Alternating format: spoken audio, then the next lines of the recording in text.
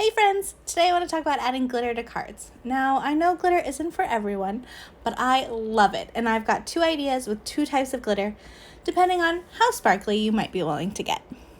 Now first let's start with the card that uses glimmer paste, which is basically just a gel medium that has the glitter mixed in, and I think it's definitely a less messy way to use glitter. So for this card, I've started by stamping the Mondo Pansy in waterproof black ink on smooth Bristol cardstock, which is what I like to use for ink blending. Then I've got a piece of low-tack purple tape to mask off a section on the bottom, and I'm going to add color with distress inks and blending brushes. I'm using picked raspberry, abandoned coral, and carved pumpkin, which I love all the time, but I think it's especially great for summer, and my friend Heather pointed out, super cute for Halloween, so definitely be trying it out this fall for Halloween too. Next, with the tape still in place, I'm using a palette knife to apply some of that Moonstone Glimmer Paste, which is the iridescent glitter in clear medium, onto the tape. I'm placing it on the tape instead of directly onto my project because distress inks are water reactive and glimmer paste is water based, so I don't want it to sit and affect the colors too much before I have a chance to blend it out.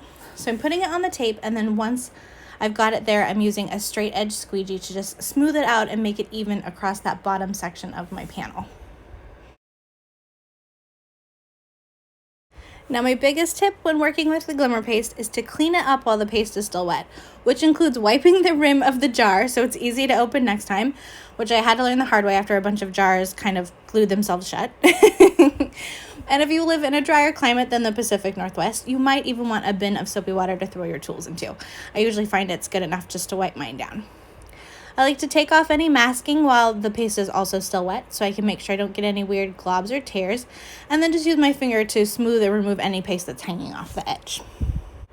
If you forget or you miss any of the paste and it dries on the edge somewhere where you don't want it, an eraser is also a great way to take it off. Now after my paste is dried, I'm going to put my panel into my MISTI to add my sentiment. And I've worked so hard on this panel, I don't want to mess it up, so I'm just using my favorite trick. I've got a piece of scrap acetate that I put into my MISTI. Then I go ahead and stamp my little sentiment onto the acetate to make sure I like the spacing, I like where it's placed, all of that good stuff. And then when I'm happy with it, I just wipe off that acetate, pull it out of my MISTI to save for the next time, go ahead and ink my stamp up again, and stamp onto my actual project. Now here you can see the finished card once I've got the dry paste and the sentiment all stamped and everything go to a little bit of faux splatter there. I love how sparkly and beautiful that paste looks. Now if you're a little more willing to make a mess, I've got another idea for you. So this time I've taken the Floral from the You Should Know stamp set and I've just stamped it repeatedly to create a background. Then I've got full sheets of double-sided adhesive. I've cut one down to be about the size of my panel, just a little bit bigger. And I'm going to pull off the liner paper and put my panel face down onto it and smooth it out with a bone folder. Once I've made sure there's no weird air bubbles or anything, I'm going to pull out my paper trimmer and cut off that little bit of excess I have of the double-sided tape. You could also just use scissors for this, but I find my trimmer is much straighter than me with scissors.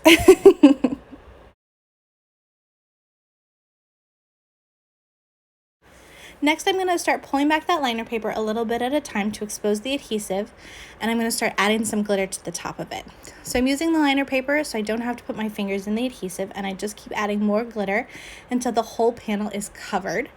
Then I'm going to put the extra glitter back into the bottle and use my finger to really burnish that glitter into the adhesive background that we've got. And that way I can shake off any excess, and hopefully it won't be quite so messy when I send it in the mail to a friend. Because I was in a super glittery mood when I made this card, I wanted glitter letters to go on top too. So I did a little bit of ink blending on a scrap piece of cardstock, added glimmer paste, let it dry, and then die cut it to spell out hey, hi, hello, which sorry that I didn't have my camera on for that part, guys. Now I'm stacking up the hey, hi, hello 3 letters deep. So I have 2 die cut layers that are just white cardstock and then my 1 glitter layer. And I'm using a glue pen to put them all together. Now after the letters were stacked up, I adhered them to my card, and as you can see, it turned out very, very, very sparkly. It makes me laugh, but it also makes me happy. In fact, I liked it so much, I made another card that had a lot of extra shimmer, so I glittered that background panel as well, but I resisted the glitter letters on top. Now, thank you so much for watching. I hope you're inspired to add a little glitter to your next cards, or hopefully at least had fun watching this video. Thanks again and happy crafting.